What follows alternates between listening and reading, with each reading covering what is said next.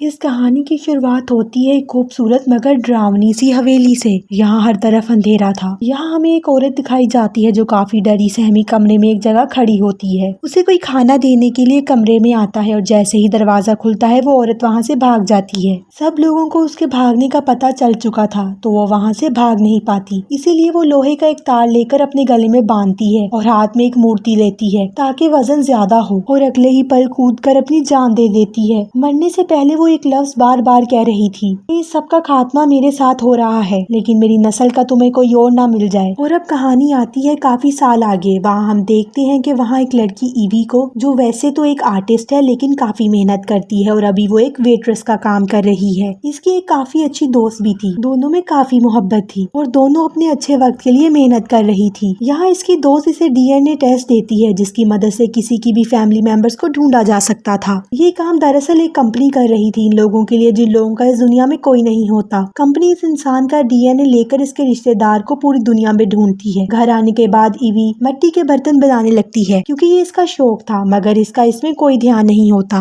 वो अपने माँ बाप की तस्वीरें देखकर उन्हें बहुत याद करती है और बार बार उनके वॉइस मैसेजेस सुन रही थी क्योंकि काफी साल पहले उसके माँ बाप की मौत हो गई थी। तभी से वो अकेली है, इसीलिए वो डीएनए देने के बारे में सोचती है, इस उम्मीद के साथ कि शायद कोई दुनिया में मेरा भी हो जो मुझे मिल जाए और कंपनी उसे ढूंढ ले। और अगले ही दिन वो अपना डीएनए सैंपल देती है। कुछ ही देर में रिजल्ट आ जाता है जिससे उसे पता चलता है कि इसकी फैमिली इंग्लैंड में रहती है। डीएनए वाली कंपनी ने इसके कजन को खोज लिया है जो इस वक्त इंग्लैंड में ही था। ये जानकर ईवी को काफी हैरानी होती है। इस बारे में वो अपनी दोस्त को भी बताती है। अब ईवी के साथ साथ ये मैसेज उसके कजन को भी मिलता है कि उसकी ईवी नाम की एक कजन है, इसीलिए वो इसे मैसेज करता है और इसे चाय पर बुलाता है। ये देखकर ईवी काफी खुश हो जाती है क्योंकि वो पहले ही अकेली थी। फैमिली की कमी उसे बहुत महसूस होती थी, लेकिन यहाँ इसकी दोस्त इसे काफी समझाती है कि किसी पर भरोसा मत करो। वैसे मुझे तो ये डीएनए वाली कंपनी फ्रॉड लगती है, क्या पता ये तुम्हें फंसा कर कोई फायदा उठा ले। मगर ईवी इसकी कोई बात सुनने को तैयार ही नहीं होती। फिर कुछ दिन के बाद वो अपने कजन से एक होटल में मिलती है। वो ईवी से मिलकर काफी खुश था और काफी अच्छे से इससे पेश आया है, जो देखकर ईवी को काफी अच्छा लगता है। फिर वो बताता है कि हमारी फैमिली काफी अमीर और काफी बड़ी है और जब उन्हें तुम्हारे बारे में पता चला तो वो बहुत खुश हुए। और कुछ दिन के बाद हमारे एक कजन की शादी है जिसमें तुम्हें आना चाहिए।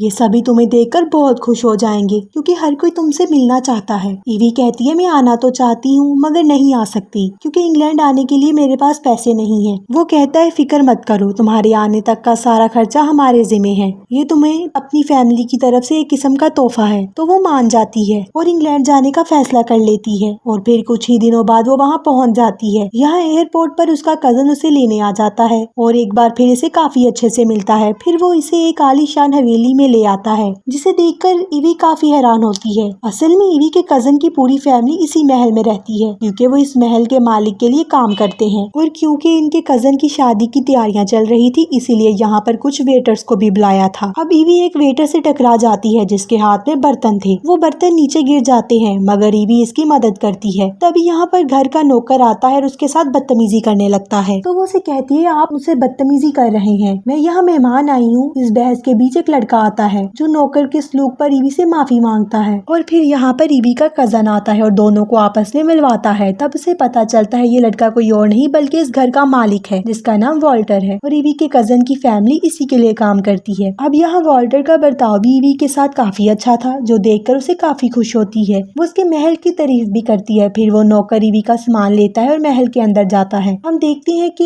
ये महल सिर्फ बाहर से नहीं बल्कि अंदर से भी बहुत ज्यादा खूबसूरत है। पूरी हवेली ईवी को दिखाई जाती है जिससे हमें पता चलता है ये हवेली कोई और नहीं बल्कि वही हवेली है जिसमें उस औरत ने मूर्ति के साथ कूदकर अपनी जान ली थी। अब इसे एक कमरा दिया जाता है, यहाँ तक कि इसकी अपनी एक सर्वेंट भी है जो काफी अच्छी थी। वो सिर्फ इसी के लिए ही काम करेगी, जो देखकर ईवी काफी हैरान थी कि यहाँ इसे काफी इज्जत मिल रही है। सर्वेंट इसे यहाँ रहने के असूल भी बता देती है कि आपको खुद बाहर नहीं आना, बल्कि कुछ भी हो जाए आप बस घंटी बजा देना, मैं आ जाऊंगी। लाइब्रेरी में जाने की इजाजत नहीं है क्योंकि वहाँ पर काम चल रहा है और रात को आपको जल्दी सोना होगा। अब ईवी जब पर्दे को हटाती है तो खिड़की को देखती है तो इस पर सलाखें थी जो देखकर उसे काफी अजीब लगता है। तो वो हैरान होते हुए पूछती है कि ये किस लिए लगाई गई हैं। सर्वेंट कहती है कभी कभी खतरनाक परिंदे आ जाते हैं जो हमें नुकसान पहुंचा सकते हैं, बस इनसे बचने के लिए इन्हें लगाया गया है। तो वो आगे से कुछ नहीं कहती क्योंकि उसे लग रहा था कि वो सच बोल रही है। रात को ईवी अपने दोस्त को वीडियो कॉल करती है और यहाँ के बारे में सब बता बताती है कि मैं यहाँ आकर बहुत खुश हूँ, मुझे उम्मीद नहीं थी ये सब कुछ इतना अच्छा होगा। यहाँ के लोग, यहाँ की हवेली, सबकी आदत, सब कुछ एकदम अच्छा है। अब कुछ ही वक्त के बाद इसके दरवाजे पर वॉल्टर आता है जो उसे कहता है कि अच्छा, मैं आपको देखने आया हूँ, क्या आप कमरे में आ गई हैं? और एक बार फिर मैं अपने नौकर की तरफ से आपसे माफी मांगने आया हूँ। इसकी बातों से लग रहा था कि वो ईवी को पसंद करने लगा है। अब इसके बाद वो वॉक पर जाती है और हवेली के पास में वो एक पुरानी इमारत देखती है जिसे देखकर वो रुक जाती है क्योंकि इस इमारत के आसपास कोई डरावनी सी चीज नजर आती है। और अब रात को जब वो सो रही थी तो उसे एक डरावना सा ख्वाब आता है जिससे वो फौरन जाग जाती है। और क्योंकि इसे प्यास भी लगी थी इसीलिए वो पानी पीने के लिए अपने कमरे से बाहर आती है। वो देखती है कि नौकर ने काम करने वाली सभी लड़कियों को इकट्ठा किया है, जिनमें से वो एक लड़की को लाइब्रेरी में सफाई करने के लिए भेज देता है, जो जाहिर है ईवी को देखकर काफी अजीब लगता है। मगर तभी इसकी सर्वेंट आ जाती है और इसे वापस अपने कमरे में ले जाती है और कहती है सो जाओ, बाहर आना ठीक नहीं है आपके लिए। फिर हम उस लड़की को देखते हैं जो लाइब्रेरी में काम करने गई थी। वहाँ अचानक एक चीज जो छत से लटक रही थी उस पर हमला करके उसे अपने साथ ले जाती है। सुबह होती है तो ईवी को नीचे बुलाया जाता है क्योंकि इसकी पूरी फैमिली इसका वेलकम करने के लिए इकट्ठा होती है। जब वो अपने कमरे में वापस आती है तो उसे प्यारा सा एक ड्रेस मिलता है और एक कागज भी होता है जो वॉल्टर ने भेजा था शाम में होने वाली पार्टी के लिए। तभी हम देखते हैं कि नौकर दो लड़कियों को लाइब्रेरी में भेजता है शराब लाने के लिए, मगर इन पर भी वहाँ पर हमला हो जाता है और इन्हें भी कोई अपने साथ ले गया था। अब ऐसे ही करते करते एक और वेट्रेस गायब हो जाती है। ईवी को अभी तक इस बात का कोई अंदाजा नहीं था कि यहाँ कुछ अजीब और खतरा है। अब रात को वो वॉल्टर के दिए हुए ड्रेस को पहनकर अच्छे से तैयार होकर पार्टी में आती है और यहाँ पर वो दो लड़कियों से मिलती है, जिनमें से एक थोड़ी चालाक थी और वो ईवी को कुछ ज्यादा पसंद नहीं करती थी, मगर दूसरी काफी मासूम थी जो ईवी के यहाँ आने पर काफी खुश थी। ईवी इस बात से काफी हैरान थी क्योंकि अभी तक इसने दुल्हन को नहीं देखा था। अब इन लोगों ने अपने ही रूल्स बनाए हुए थे। जहाँ आता है वॉल्टर और सीधा जाता है ईवी के पास, इसके साथ डांस करने लगता है। इससे ईवी को बुरा नहीं लगता, अच्छा ही लगता है क्योंकि इतनी लड़कियों में से वॉल्टर ने इसे ही चुना अपने साथ डांस करने के लिए। अब वो दोनों सबसे अलग वॉक पर निकल पड़ते हैं और खुल के बातें करते हैं। ईवी से इस इमारत के बारे में बात करती है जिससे वो कल रात डर गई थी। वो बताता है कि ये तो बस पुराने जमाने में सामान रखने के लिए बनाई गई थी। अब वो इसे एक और दूसरी जगह ले जाता है जहाँ पर उन दोनों को बहुत मजा आता है और वो बहुत सारी बातें करते हैं। इसके बाद ईवी जो अपने कमरे में सो रही थी तो तभी वो किसी चीज से डर जाती है, इसीलिए वो खुद अपने बेड के नीचे छुप जाती है और साथ साथ वो चिल्ला भी रही थी। इसकी आवाज सुनकर वॉल्टर भी इसके पास आ जाता है, इसे संभालता है और पूरे कमरे को चेक करता है, मगर वहाँ पर कुछ भी नहीं था। आखिर में उसे समझाता है कि जरूर तुमने कोई बुरा ख्वाब देखा होगा, यहाँ पर तो कुछ भी नहीं। अब वॉल्टर के साथ ईवी खुद को काफी महफूज समझती है, इसीलिए वो इसे कहती है जब तक मैं सो ना जाऊँ तुम ना जाना। तो वो उसकी बात मान लेता है। सुबह जब ईवी की आंख खुलती है तो अपने पास एक खत देखती है जो वॉल्टर का था। इसने लिखा था, मैं जा रहा हूँ लेकिन तुम्हारी नींद खराब ना हो इसलिए मैंने तुम्हें जगाना मुनासिब नहीं समझा। फिर वो दो लड़कियाँ जो ईवी को पार्टी में मिली थी वो यहाँ पर आती हैं और उसे तैयार करने के लिए अपने साथ ले जाती हैं। फिर जब ईवी के नाखून काटे जाते हैं तो उसकी एक उंगली जख्मी हो जाती है और खून निकलने लगता है। इस खून को देखकर लड़की खुद को रोक नहीं पाती और उसका खून पीने लगती है। ये सब देखकर ईवी को सब कुछ अजीब लगता है तो वो गुस्से में यहाँ से चली जाती है। तो अब यहाँ पर ईवी को कुछ अजीब महसूस होने लगता है और यहाँ पर कोई गड़बड़ भी होने लगती है, इसीलिए वो फैसला करती है कि यहाँ मुझे जाने से मना किया गया, मैं वहाँ जरूर जाऊंगी, यानी उस लाइब्रेरी में। जब वो अंदर जाती है उसे टेबल पर अपनी सारी डिटेल, सारी इन्फॉर्मेशन मिलती है जो किसी और ने नहीं बल्कि वॉल्टर ने ही निकाली थी। ये देखकर उसे बहुत बुरा लगता है। वो यहाँ से चली जाती है और अपना सामान बांधने लगती है। तो वॉल्टर इसके पास आता है, माफी मांगते हुए इसे समझाता है कि मैं तुम्हारी डिटेल्स इसलिए निकलवाई थी क्योंकि मुझे अपनी जान और पैसों की परवाह थी। मैं ये जानना चाह रहा था कि कहीं तुम पैसों के लालच में तो यहाँ नहीं आई। तुम्हारी कजन ने जब मुझे बताया तुम यहाँ आ रही हो तो मुझे ऐसा करना पड़ा। बाकी सच में मैं तुम्हें जानना चाहता हूँ, तुम ऐसे ही फजूल में मुझ पर शक कर रही हो। तो अब यहाँ एक बार फिर भी फंस गई थी, मगर अब ज्यादा, क्योंकि अब वॉल्टर को पसंद करने लगी थी। अब रात के वक्त आलीशान तरीके से खाना खाया जा रहा था। सब लोग अच्छे से तैयार होकर बैठे हुए थे और ईवी भी खूबसूरत ड्रेस पहनकर वहाँ आई थी और वॉल्टर के साथ बैठ जाती है। अब यहाँ वॉल्टर उठता है और सभी को कहता है कि आप सबका शुक्रिया जो इतने अरसे से मेरे साथ हैं, मेरी खिदमत कर रहे हैं। लेकिन बातों ही बातों में वो ऐलान करता है कि मैं ईवी से शादी करने वाला हूँ। ईवी को काफी अजीब लगता है, मगर अब यहाँ वॉल्टर की बातें और वहाँ की चीजें अजीब लगने लगती हैं। इनका नौकर एक वेटर का गला काट कर खून को एक बर्तन में डालता है। ये देखकर ईवी के होश उड़ जाते हैं, वो काफी डर जाती है। अब यहाँ वॉल्टर कहता है कि सदियों से तुम लोग मेरी खिदमत कर रहे हो। तुम लोगों ने मुझे 3 बीवियां दी, जिनमें से 2 मेरे पास हैं और तीसरी ईवी के साथ शादी करने से पूरी हो जाएगी। और हम सब जानते हैं तीसरा नंबर बहुत ही खास और ताकतवर है, जिससे मैं और मेरी ताकत ज्यादा हो जाएगी और बदले में तुम लोगों को बहुत सारा पैसा, रुतबा और ताकत मिलेगी। इसके अलावा और भी बहुत कुछ। अब यहाँ ईवी सब कुछ समझ गई थी, मगर बहुत देर हो चुकी थी। असल में वॉल्टर एक वम्पायर था, मतलब लोगों का खून पीने वाला, और क्योंकि वो कभी भी नहीं मर सकता था इसलिए वो सदियों से जिंदा था और ये सारे लोग इसके खिदमत गुजार थे। वॉल्टर की पहली बीवी वो चालाक लड़की थी और दूसरी मासूम वाली। वो दोनों बीवियां वम्पायर थी, इसीलिए वो सालों से वॉल्टर के साथ रह रही थी। तीसरी इसकी बीवी ईवी की दादी थी, जिसने शुरुआत में कूदकर अपनी जान ले ली थी। अब वॉल्टर ऐसे ही आम लड़कियों से शादी नहीं कर सकता था, इसे शादी करने के लिए ऐसी लड़की चाहिए थी जिसका खून खास हो। अब इसकी दादी का खून खास था और तीसरी शादी इनसे की थी, मगर उन्होंने अपनी जान ले ली। मगर अब ईवी के साथ शादी करना चाहता है क्योंकि इसका खून भी खास होगा अपनी दादी की वजह से। अब ईवी वहाँ से भागने की कोशिश करती है मगर नहीं भाग पाती। वॉल्टर इसे कहता है समझने की कोशिश करो और जरा सोचो, मैं तुम्हें क्या कुछ नहीं दे सकता, तुम इमॉर्टल हो जाओगी यानी अमर हो जाओगी और कभी नहीं मरोगी, और तो और तुम्हारे अंदर बहुत ज्यादा ताकत आ जाएगी और कभी भी तुम बीमार नहीं पड़ोगी, तुम्हारे पास ऐश वाली जिंदगी होगी, हर चीज होगी, दौलत, ताकत। अब ईवी को कैद खाने में बंद कर दिया जाता है, जिसके साथ वॉल्टर की दोनों बीवियां यानी चालाक और मासूम लड़कियां भी आ जाती हैं। अब यहाँ वॉल्टर की दोनों बीवियां वैम्पायर्स थी,